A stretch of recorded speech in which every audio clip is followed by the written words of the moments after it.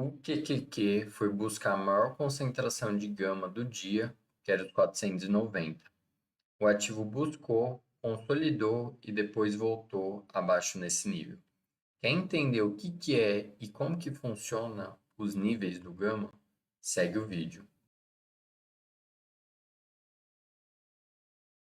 Estou no gráfico do QQQ de 5 minutos do dia de ontem, dia 8, para analisar o que o ativo fez e como ele respeitou os níveis do gama. Bom, para quem ainda não sabe, o gama nada mais é do que pontos de interesse do mercado. Então, cada linha que você vê aqui no gráfico era um ponto de interesse baseado no gama, tá? Então, vamos lá. O ativo abriu com um gap de alta. Para quem não viu, antes de ontem à noite, o Trump anunciou que iria divulgar o acordo com um país grande. E no dia de ontem, na parte da manhã, os Estados Unidos divulgou um acordo com o Reino Unido, tá? Então, o mercado amanheceu com um bom humor, devolveu um pouco, né? Até a hora que o Trump apareceu e foi a coletiva de imprensa, né? Porque todo mundo estava aguardando. Era para começar às 11 e não começou. Foi começar só meio-dia. E foi quando realmente o mercado começou a ganhar força e foi buscar a maior concentração de gama. Chegou na euforia e passou desse preço, ficou um bom tempo acima desse preço, mas no finalzinho do dia o mercado deu uma derretida e voltou abaixo dessa concentração, que é importantíssima, que eu até comentei no vídeo de ontem. O SPY também foi caindo aqui na primeira parte do dia até os meio-dia, e aí foi quando o ativo teve força e foi buscar maior concentração de gama. No caso do SPY, que era os 570, bateu perfeitamente e aí consolidou e no final do dia devolveu uma parte desse movimento. A Nvidia, após a porrada de quarta-feira no final do dia, amanheceu com um leve gap de alta, devolveu e fechou o gap aqui no começo do dia.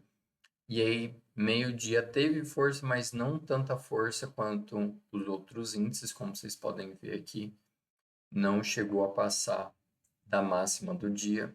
E aí consolidou boa parte do resto do dia. Olhando para a Tesla, foi um ativo que teve muita força no dia de ontem, gap de alta, consolidou aqui na primeira hora do dia, mas conseguiu achar força, rompeu a máxima do dia e foi buscar essa concentração no gama do GEX 1, aqui nos $290.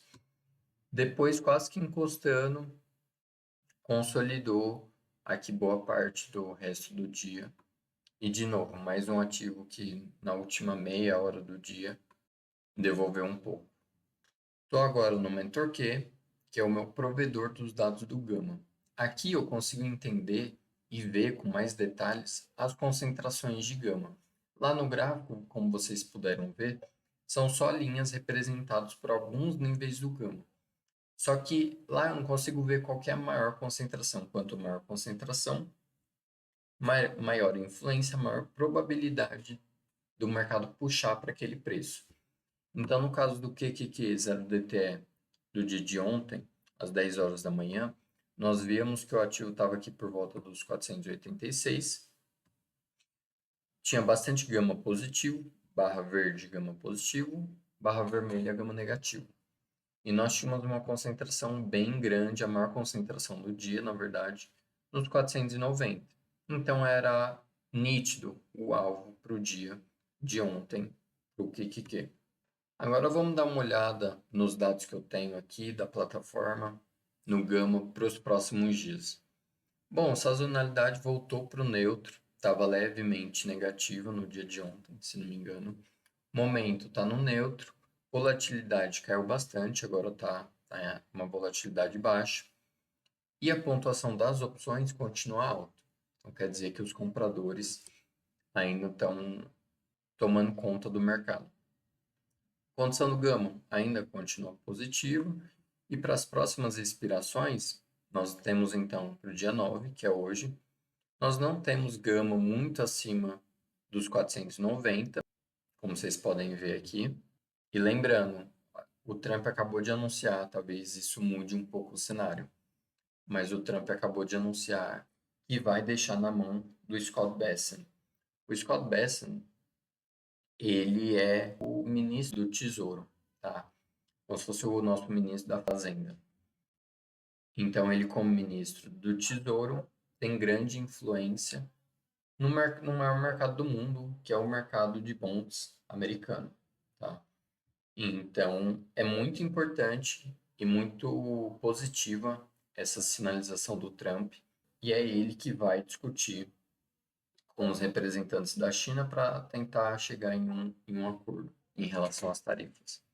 Então, talvez esse cenário mude um pouco, mas a princípio, nós temos uma concentração grande aqui nos 470, que a priori poderia puxar o preço para baixo. É maior do que essa concentração aqui dos 485, que iria agir como um suporte.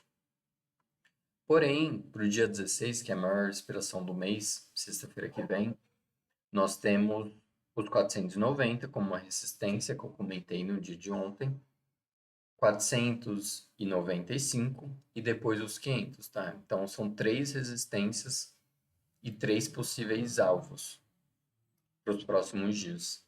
Bom, se você gostou desse vídeo, deixe seu like, se inscreve no canal. Eu trago essa análise de segunda a sexta. E se você quer que eu analise algum ativo em específico no próximo vídeo, é só deixar nos comentários.